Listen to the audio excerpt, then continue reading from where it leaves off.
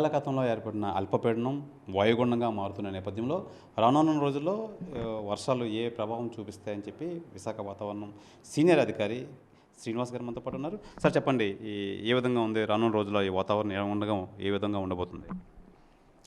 ఇప్పుడు ఉన్నటువంటి ఈ తీవ్ర అల్పపీడనం ఇది west central Bay of Bengal మరియు దానికి దగ్గరలో ఉన్న south west Bay of Bengal అయితే కొనసాగుతోంది. ఇది రానున్నటువంటి 12 అవర్స్ పీరియడ్లో ఇది నియర్లీ నార్త్ వెస్ట్ డైరెక్షన్లో వెళ్తూ డిప్రెషన్గా ఇంటెన్సిఫై అవకాశం ఉంది. అదే మన ఇందులో చూస్తే ఇక్కడ ఇది నైరుతి బంగాళాఖాతం మరియు west central Bay of Bengal ఈ ప్రాంతంలో ఇప్పుడు సుమారు ఇక్కడ తీవ్ర అల్పపీడనంగా అయితే ప్రస్తుతం అయితే కంటిన్యూ అవుతుంది. ఇది నెక్స్ట్ 12 అవర్స్ పీరియడ్లో నియర్లీ నార్త్ వెస్ట్ డైరెక్షన్ అంటే ఆల్మోస్ట్ ఈ డైరెక్షన్లో వెళ్తూ ఈ డబ్ల్యూసీ బే ఆఫ్ బెంగాల్లో అంటే మన కోస్ట్కి దగ్గరలో ఉన్నటువంటి సముద్ర ప్రాంతం ఇది ఇక్కడ డిప్రెషన్గా ఇంటెన్సిఫై ఛాన్స్ ఉంది.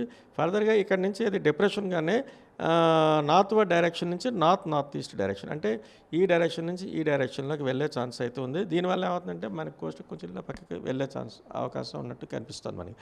ఈ పరిస్థితుల్లో ఇటు ఈ రోజు వరకు చూస్తే దీని యొక్క మ్యాక్సిమం ఇంపాక్ట్ ఇటు ఉత్తరాంధ్రలో ఉన్నటువంటి ప్రాంతాల్లోనూ కనిపించే ఛాన్స్ ఉంది. అలాగే మోడరేట్ రైన్స్ వరకు చూస్తే ఇటు ఉత్తరాంధ్రతో పాటు దక్షిణ కోస్తాలో కూడా అక్కడక్కడ మోస్తరు వర్షాలు అటువంటి చోట్ల ఉరుములతో కూడా జల్లులు కూడా రావచ్చును. అలాగే ఈ భారీ వర్ష సూచన మటుకి ఉత్తరాంధ్రలో ఉన్నటువంటి ఇటు శ్రీకాకుళం నుంచి చూస్తే శ్రీకాకుళం నెక్స్ట్ విజయనగరం పార్తపురం అన్యం ఇటు అల్లూరు సీతారామరాజు నెక్స్ట్ విశాఖపట్నం అనకాపల్లి కాకినాడ యానం ఈ జిల్లాల వరకు భారీ వర్ష సూచన అయితే మనం ఇస్తున్నాం. ఈ రైన్ఫాల్ యాక్టివిటీ కానీ ఇంటెన్సిటీ కానీ క్రమేపీ రేపటి నుంచి తగ్గే అవకాశం ఉంది. అలాగే గాలి తీవ్రత కూడా మన కోస్ట్ తీరం వెంబడి ఎంటైర్ కోస్ట్ తీరం కూడా స్పీడ్స్ గంటకి 40 నుంచి 50 కిలోమీటర్ల వరకు వీస్తున్నాయి. అలాగే మ్యాక్సిమం 60 కిలోమీటర్స్ వరకు వెళ్ళే అవకాశం ఉంది. అలాగే ఫిషర్మెన్ కమ్యూనిటీ అందరూ ఎవరిని కూడా వేటకు వెళ్ళదని చెప్తున్నాం. ముఖ్యంగా ఇటు డబ్ల్యూసీ బే ఆఫ్ బెంగాల్లోనే ఇది డిప్రెషన్గా మారే అవకాశం ఉంది. అంచేత ఆ ప్రాంతంలో ఎక్కువగా దీని యొక్క ఈ సిస్టమ్ యొక్క ప్రభావం ఎక్కువగా కనిపిస్తుంది. గాలుల రూపంలో కానీ లేకపోతే అక్కడ జనరేట్ అంటే స్వెల్ వేవ్స్ కానీ లేకపోతే సీ రఫ్నెస్ కానీ ఆ ప్రాంతంలో ఎక్కువగా ఉంటుంది. అంచేత డబ్ల్యూసీ బేలో ఈ పరిస్థితుల్లో మత్స్యకారులు ఎవరిని కూడా వేటకు వెళ్తారని చెప్తున్నాం. అలాగే నౌకాశ్రయాలు అందరికీ కూడా ఇటు రైట్ ఫ్రమ్ కలింగపట్నం నుంచి భీమునిపట్నం విశాఖపట్నం గంగవరం విశాఖపట్నం మచిలీపట్నం కాకినాడ వీళ్ళందరికీ కూడా 3వ నెంబర్ ప్రమాద హెచ్చరిక ఎగరవేస్తుందిగా చెప్తున్నాం. సరే, ఈ వర్ష ప్రభావం ముందు చలి తీవ్రత ఎక్కువగా ఉంది. దీనివల్ల చలి తీవ్రత ఏ విధంగా ఉండబోతుంది? ఇప్పుడు లాస్ట్ 3 to 4 డేస్ నుంచి ఆల్మోస్ట్ మనకి ఈ లో ప్రెషర్ మనకి సౌత్ అండమాన్ సీలో ఏర్పడినప్పటి నుంచి కూడా క్రమేపీ తగ్గుతూ చలి తీవ్రత తగ్గుతోంది. అంటే నైట్ టెంపరేచర్స్ గ్రాడ్యువల్గా ఇంక్రీజ్ అవుతున్నాయి.